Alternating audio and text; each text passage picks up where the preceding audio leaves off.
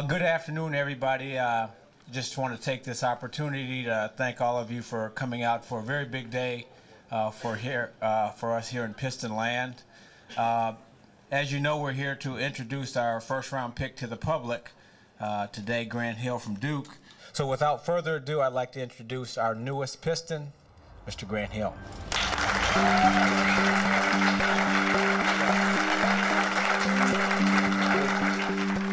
Grant Hill, when he was drafted, I remember Billy McKinney, who was the general manager at that time, cried because this was a superstar player. I'd just like to say I'm very happy to be here. The last month or two has been very nerve-wracking, especially in the green room last night, but everything worked out well. I had our fingers crossed and said a little prayer and things went well, and I'm here in Detroit where I wanted to be. Grant Hill taking it inside, hits the finger roll. He's in the book, his first 2 NBA points. This kid ran like it was Carl Lewis.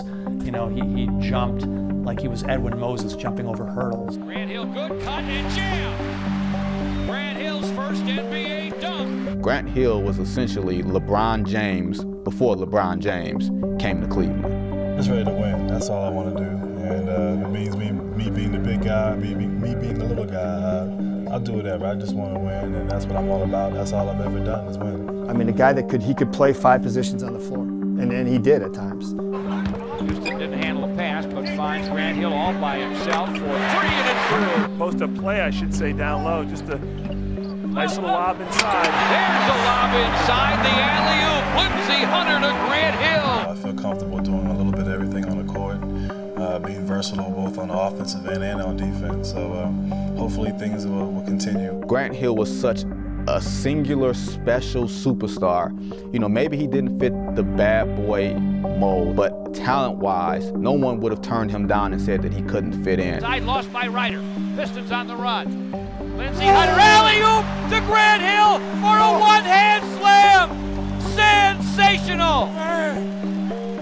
And quick as a bullet. That rocked the house there, George. I think during 2 or 3 of his years here, he was as good a player as there was in the entire NBA. Grant drives and a thunder dunk. Pounded and a foul. I'm watching, it's a summer thing, and Joe Dumars is playing and throws an alley-oop, and I'm like, oh, Joe, that's a bad alley-oop. Well, Grant Hill out of nowhere grabs the ball with his right hand and just dunks the alley-oop, and I'm like, whoa, okay, that's a great thing. We're ready to tip it up in preseason game number 1 here, and we're going to give you a chance to take a look at Grant Hill. Got to be a little nerves out there, huh, George? Oh, no question. Pistons do with the tap. Here's an alley-oop, and right now, Joe D delivers, and so does Grant Hill. Well, Grant Hill could, like I tried to talk about before, he could do everything. He was a point forward before the point forwards were ever talked about. I mean, he was smart, he was athletic, he was fierce, he could defend too, which nobody ever gave him credit for. But he just was a gifted all-around player. I think it's going to be a tough adjustment regardless. But regardless if you're winning or losing, just the lifestyle and the transition, just like the transition from high school to college is tough. The transition from college to the professional is going to be tough. And of course, it'll be tougher if you lose. But like I said, I don't want to focus on that. I want to focus on winning. Well, it was tough for Grant Hill to come into Detroit for 2 reasons. One, it was the era right after the Bad Boys, a very defined era with a very defined and even flawed superstar in Isaiah. Grant Hill fit the mold of the Detroit Pistons villain, Michael Jordan. A nice guy, bald head, came from an ACC school, Duke, North Carolina. So they didn't necessarily have the most positive image of Grant Hill. They knew he could play. No one could ever doubt that. For Leitner, but it's stolen by Macon. Forecourt Dawkins, alley-oop to Grant Hill. Grant Hill just back in the game. Skies and jams on the alley-oop. Well, the Grant Hill era was a strong period of Piston basketball, and it was the follow-up, and it took a few years to get the team back up to a high level, but it was the next step after the unbelievable dominance of the Bad Boys. You've been very successful on and off the court. You've attained a lot of notoriety and financial rewards. With all of that, why is it still important to be known as a good guy? Now, granted, Detroit wanted a superstar. They wanted someone that they could attach themselves to and get hope for, but they weren't sure Grant Hill had the chemical makeup of what it took to be a tough Detroit Piston. Kid, you got the moves, you got the talent, you got a problem. You're too nice. We'll fix that. Okay, Mr. Lambert. Well, I think you could tie Grant Hill in with the bad boys in a certain way. Alonzo Mourning was a young, tough, physical center coming up toward the tail end of the time when Bill Laimbeer was still manning the middle for the Pistons. And Bill and Alonzo had a dust-up or two.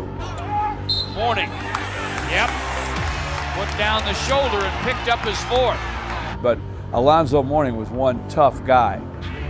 Bogues up the right side, shovel pass inside to Mourning, skying, jamming, and a foul. Alonzo Mourning was one of those guys. He was an intimidator, and he would try to throw players down, whether it was, you know, Lindsey Hunter or Stackhouse or big guys.